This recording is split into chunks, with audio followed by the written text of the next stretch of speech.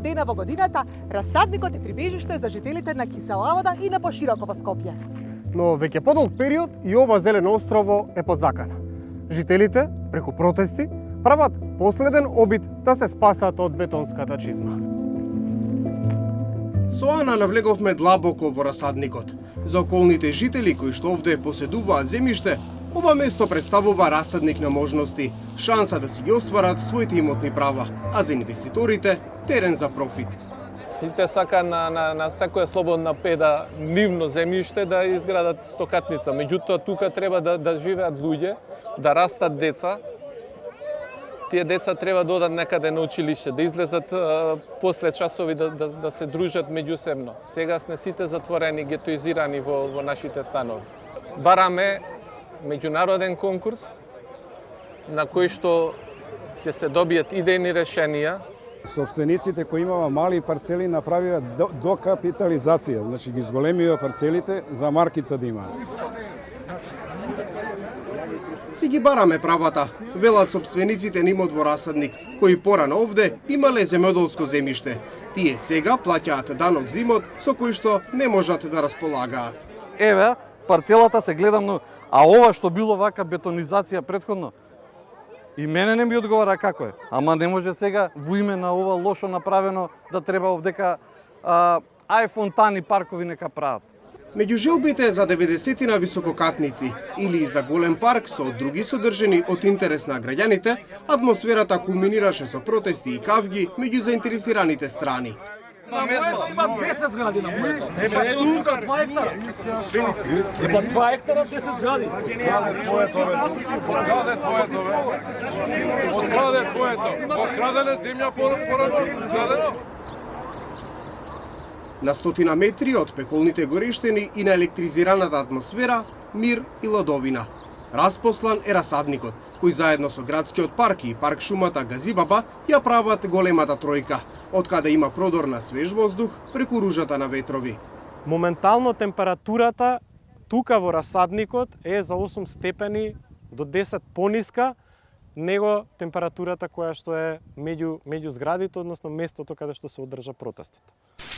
Со професорот Трипков се сретнавме уште зимата, кога брзав на закажаната средба за состојбата во расадникот, во тоа сиво и студено утро, и самиот се уверив каков е животот во оваа бетонска џунгла. За да се пробиете со вашиот автомобил низ Кисела вода, неопходни ви се соодветни маневарски вештини, бидејќи улиците се тесни, сообраќајниот метеж честопати голем, а паркинг место нема ниту за лек. Тоа е Кисела вода.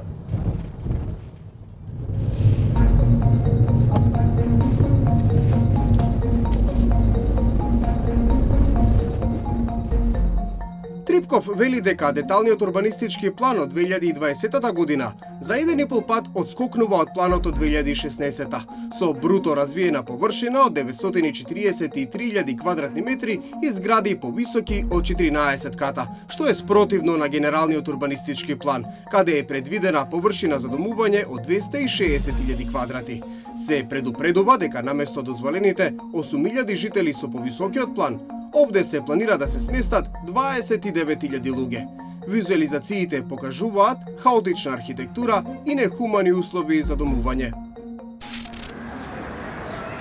Тоа зимско утро и Ана дојде во расадникот, но со велосипед, за да го избегне метежот. Расадникот е формиран во 50-тите години на минатиот век, како дел од Универзитетското стопанство на УКИМ, дел од Земјоделскиот факултет. Со две цели. Првата да биде опитно поле за истражување на нови видови на растенија, овошки и зеленчуци. И втората цел – практична настава на студентите по земјоделство на Земјоделскиот факултет.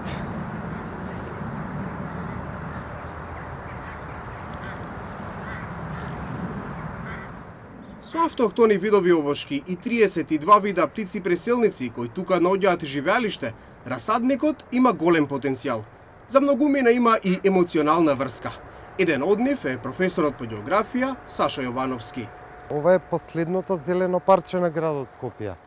Во соголемина некаде од 32 хектари, можеби последната шанса Скопје да го има Централ парк. И зиме и лете. Расадникот е шанса за Скопје конечно да почне да се развива како функционален град.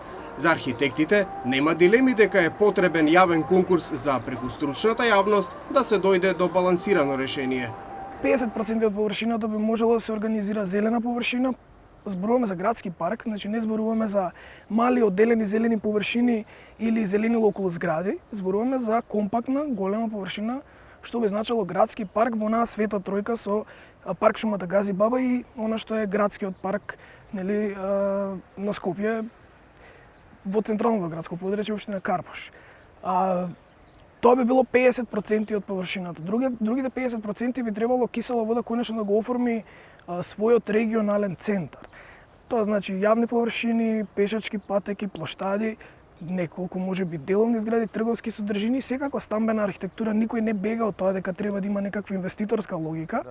Градоначалникот на Кисела вода Филип Темелковски вели дека со новиот детален урбанистички план генерално се опфатени голем дел од барањата на жителите кои протестираат. Повеќе простор за пешаци и велосипедисти, катен и подземен паркинг, две основни и средно училиште, градинки, поликлиника, но во целост не може да се исполни барањето за 40% зеленило. Ние за да го реализирате тој парк ќе треба да ги обештетите. Ние сме скопска општина, но сме една од најсиромашните скопски општини. Ние имаме правено неколку пати калкулации колку би коштало да се откупи тоа земјиште, тоа се некои 3 до 4 годишни буџети кои што треба да ги одвоиме ние само за откуп на земјиштето. И додека градоначалникот уверува дека за разлика од стариот план, со новиот ќе се почитуваат ограничувањата за максимални 8.000 жители и оти се ослободува простор од 300.000 квадрати, околните жители стравуваат од комплетна бетонизација. Од град Скопје, велат, не го добиле планот, но кога ќе дојде во рацете на Комисијата за урбанизам, ќе изготват мислење дали е во согласност со генералниот урбанистички план. Некогаш плодна почва за овошки и зеленчуци, денеска добра земја за бетонски висококатници. Расадник може да стане последниот пораз на Скопје во борбата да се трансформира во вистинска европска метропола. Тогаш инвеститорите и дефинитивно ќе добијат битката на сметка на здравието на граѓаните.